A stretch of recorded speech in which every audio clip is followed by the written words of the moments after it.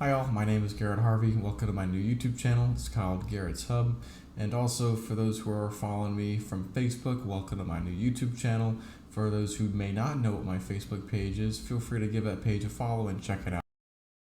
This YouTube channel is going to be talking about tropical weather and also southeastern United States weather. And obviously this does include Florida, but we want to have a little more states involved in this here. For now, we're going to talk about what the future is going to look like in the next few days or so, as we have an area that's being monitored by the National Hurricane Center in the Gulf and Atlantic regions where this potential system could form just off the coast of Florida. And I'll show that in just a second here. But we have some things to look for in terms of tropical development.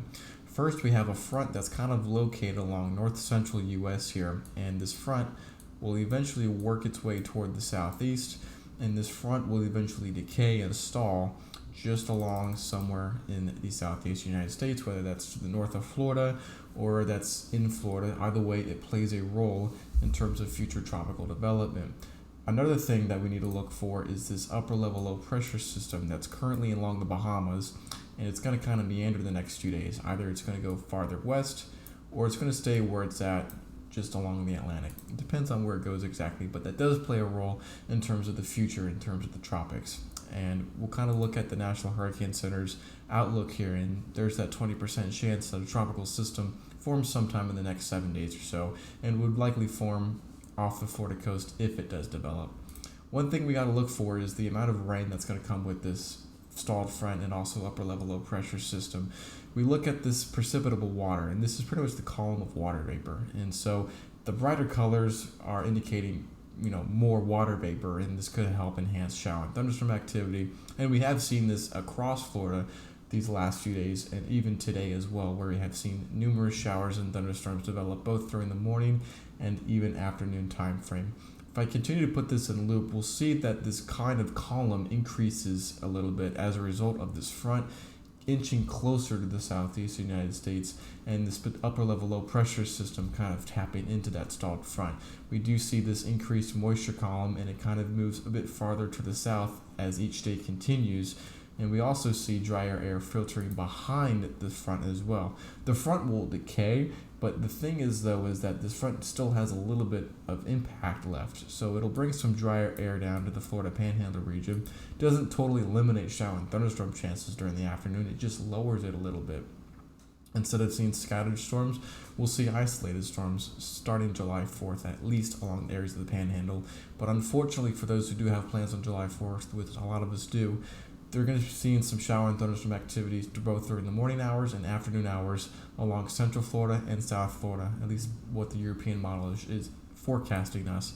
And if we put this in terms of what the radar could look like from now on July 4th, we'll see these showers and thunderstorms developing both during the morning and afternoon hours as a result of the increased moisture content and also the evolution of this potential low pressure system. The European model has a little bit differently compared to the GFS model. The European model likes to keep this upper level low just along the Atlantic, and as it taps into the Atlantic, or it taps into the stalled front, it pretty much tries to do some stuff in the Atlantic, keeps a lot of that rain away from the state.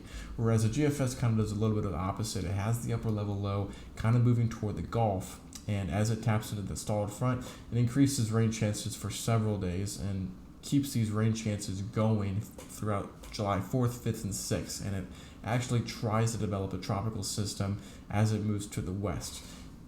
What we expect with this low pressure system, if it does develop, is that it's going to meander a little bit, and there's really not a whole lot of steering flow to go with this low. And you need, any sort of low pressure system or tropical system in that matter has to go toward the least resistance path. The path needs to have the lowest amount of resistance. So with the wind flow being strong as a result of a subtropical high, we'll kind of keep this pretty slow. It doesn't really want to move a whole lot. And if it goes in the Gulf, if this low goes in the Gulf, it's not going to really move a whole lot. And I'll show you that in a little bit with some computer ensembles to kind of help explain what I'm trying to say here. But in terms of how much rain areas of Florida could see, it's kind of a lot, especially along the Big Bend regions and even portions of West Central Florida, where the Weather Prediction Center is anticipating anywhere from 3 to 5 inches along, the Florida Panhandle, the coastal regions of the Panhandle, and maybe 1 to 2 inches farther inland. And then for areas of west central Florida, we talk about 3 to 5 inches of rain. And then areas along the Big Bend, we could see 4 to 6 inches of rain, with some amounts seeing 7, 8, 9, even 10 inches of rain. It all depends on where the storms fire, where they go, and where they eventually set up. If the storms are slow moving, they will likely produce a lot of rain in a short amount of time, and that's where we start to introduce flooding concerns. Now, what we look at in terms of tropical development, this is going to kind of get a little bit kind of tough to explain here, but we look at vorticity, and vorticity is pretty much the spin, the twisting mechanisms in the atmosphere. We look at it at 850 millibars. That's kind of at the mid levels of the atmosphere. So we kind of, we're at 1,020 millibars, which is the surface. You go higher up than that, it's probably 15,000, 10,000 feet or so. That's where we start to look at the mid levels of the atmosphere. So we're looking at that, and we pretty much see this front moves farther south. We see this location of the front. A front will always have vorticity, and we have this upper level low that's kind of along here. You really don't see it all that often. You don't really see it too well in the cyclonic vorticity at 850 millibars, but we do have the front in here. We do have the upper level low in here, and it's a pretty elongated low, so it's going to tap into that front, and it kind of wraps itself around the front.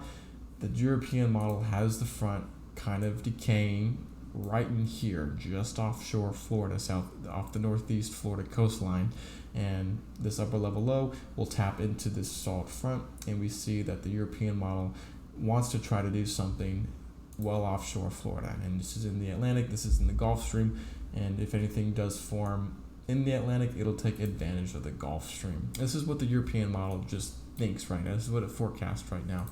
If I show you the GFS model, it's kind of hard to see the upper level low, but we'll kind of point that out for you. Is that the upper level low is located right along in here, and this is where the front is. Oops, that's not what I wanted to have happen. This is the upper level low, and this is kind of where the front will be located. And if I continue to put this in loop, we'll see that the upper level low pretty much takes advantage of the stalled front. This is the front, this is the low. It wants to develop it in the Gulf, and it pretty much kind of pushes farther to the west. In summary here, I really don't think this is going to get a whole lot strong because there's some hindering factors. There's dry air to the north, which if it were to follow that Gulf path, it would run into that drier air at the mid levels and pretty much make this thing kind of struggle a little bit. If it follows the Atlantic path, I think it'll have a little better chance of development because it takes advantage of the Gulf Stream, but the drier air doesn't really filter into that in the mid levels as much as the Gulf does. But in retrospect, in terms of both sides here, I'm really not expecting anything strong at all, and this is just going to be a rainmaker pretty much for Florida in general here. But this is what I mean in terms of where that uncertainty lies. The European model first has some low pressures forming in the Gulf, but then there's also other members that form it in the Atlantic basin.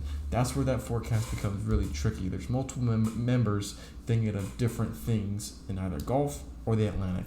So that's why there's that larger region, why the National Hurricane Center has this area highlighted, because it could form either in here or it could form in here. It's just dependent on where things set up. It's going to take a few days until we can kind of nail this forecast, but this is kind of the general thinking here. And obviously the forecast becomes a little cloudier as these model runs continue, and it's kind of all over the place. The GFS model will also do the same as well, where it tries to have some sort of low pressure develop in the Gulf. There's really not a whole lot of members in the Atlantic. The GFS favors that Gulf low pressure system more than the European model does, but it does look to meander, and which could bring in some flooding concerns again across areas of Florida, especially along the Big Bend regions. This forecast will need to be fine-tuned these next few days, but this is what I put out on my Facebook page. Pretty much some key points in terms of this area that we'll need to watch.